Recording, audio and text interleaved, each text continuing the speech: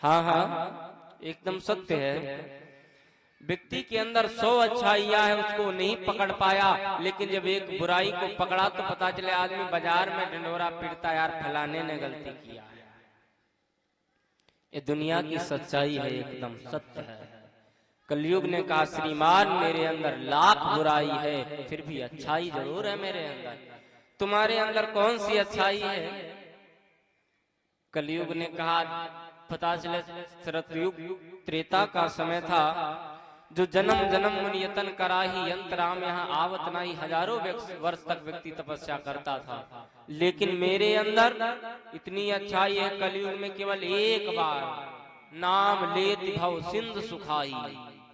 अगर एक बार व्यक्ति भगवान का नाम ले लेगा तो पार हो जाएगा, तर जाएगा, कल्याण होगा उसका। कलयुग केवल नाम धारा, सुमिर सुमिर नर उतरई पारा। कलयुग में मेरे अंदर इतनी अच्छाई है, एक बार अगर व्यक्ति राम का नाम ले लेगा उसका जीवन सार्थक हो जाएगा।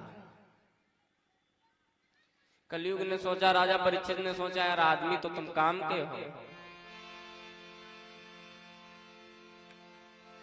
कलयुग को राजा परीक्षित ने कहा मैं जहां पर तुम्हें अधिकार देता हूं तुम वहां पर रहो। कलयुग ने बोला श्रीमान कहां रहे? बोले सुनो,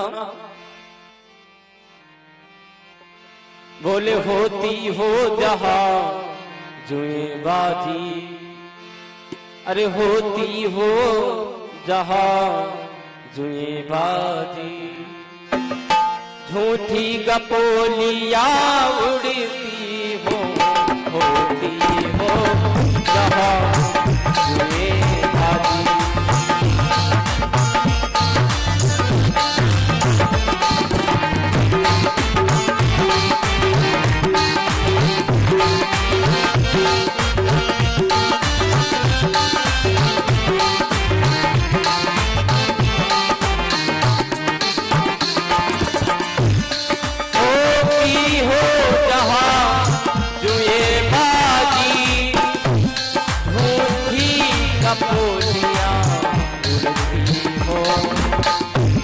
वैश्याए जहाँ निवासन हो, वैश्याए जहाँ निवासन हो, मद की प्यालियाँ रखती हो, वैश्याए जहाँ निवासन हो।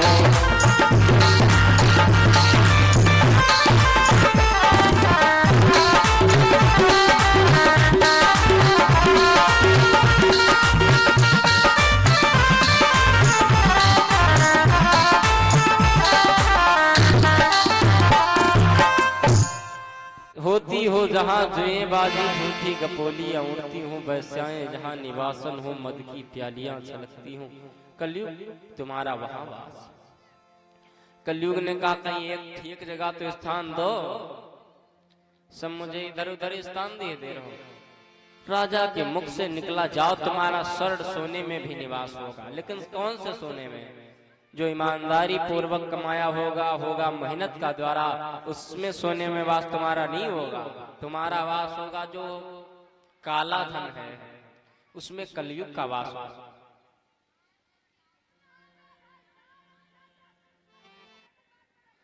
तुम्हारा जहां पर काला धन होगा वहां तुम्हारा निवास है। खैर छोड़ो,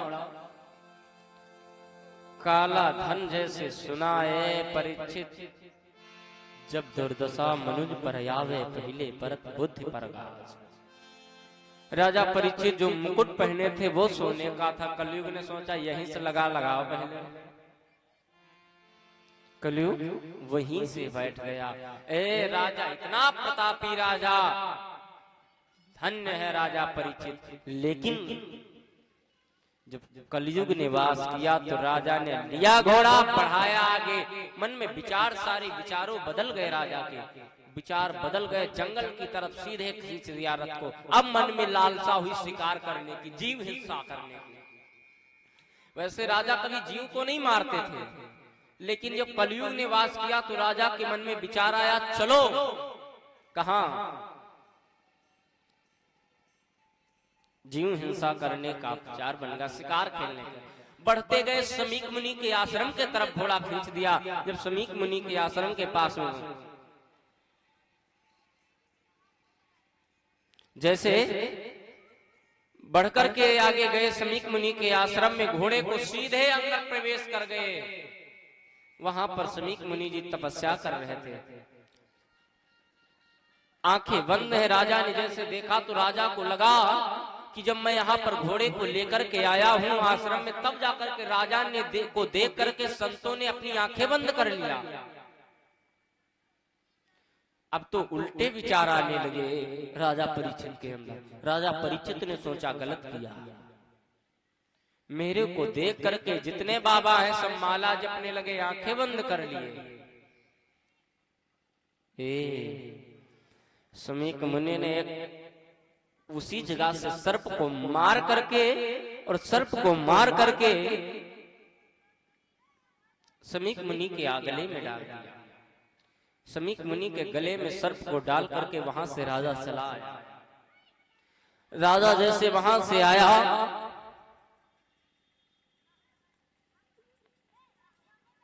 और आकर के मुकुट को उतारा अपने महलों में, सारा खेल तो वैसे के वैसे चल रहा था। जैसे ही मुकुट को उतारा, अब राजा के मन में विचार आया, अरे बड़ा गलत हो गया। कभी कभी ऐसा होता है व्यक्ति से, जब गलत हो जाता है बाद में पश्चाताप करता है, यार फलाने के साथ में मैंने गलत कर दिया।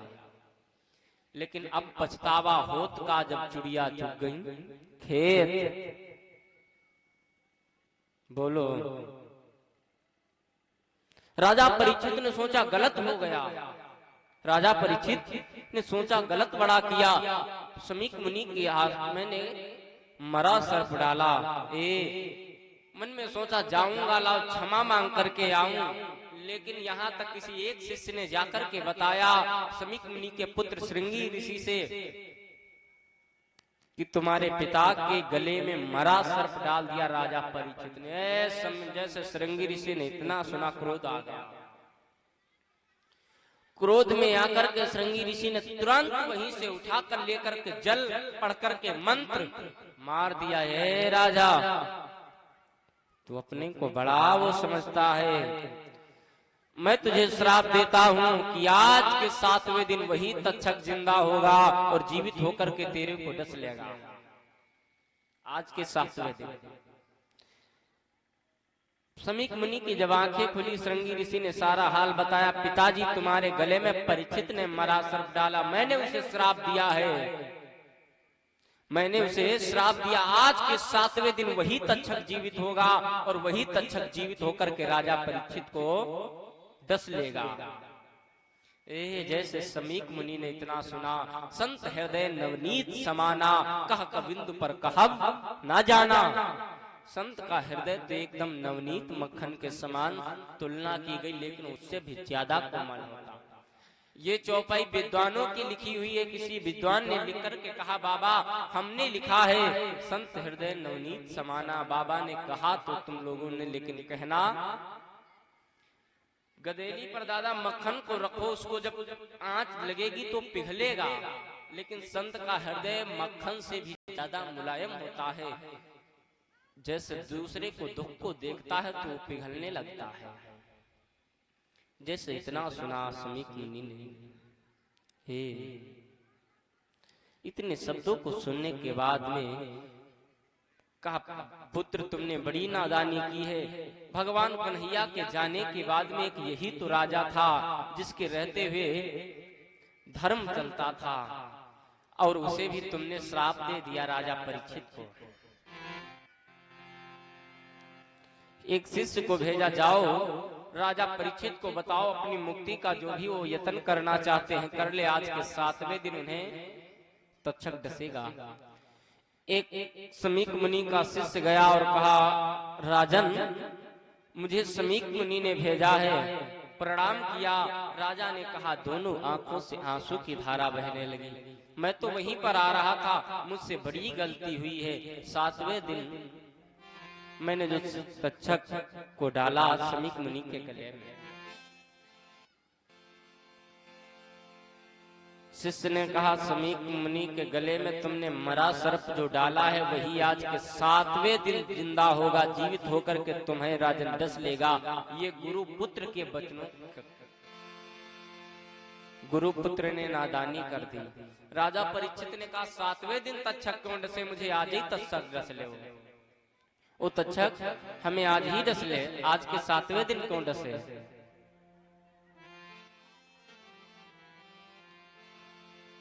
जैसे इतना सुना,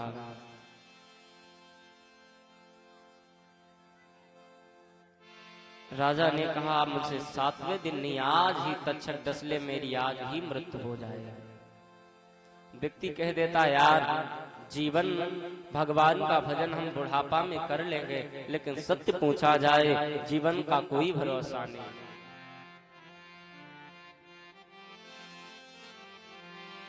कि श्वासों का क्या भरोसा, श्वासों का क्या भरोसा, रुक जाए चलते चलते, रुक जाए चलते चलते, श्वासों का क्या भरोसा, रुक जाए चलते चलते, रुक जाए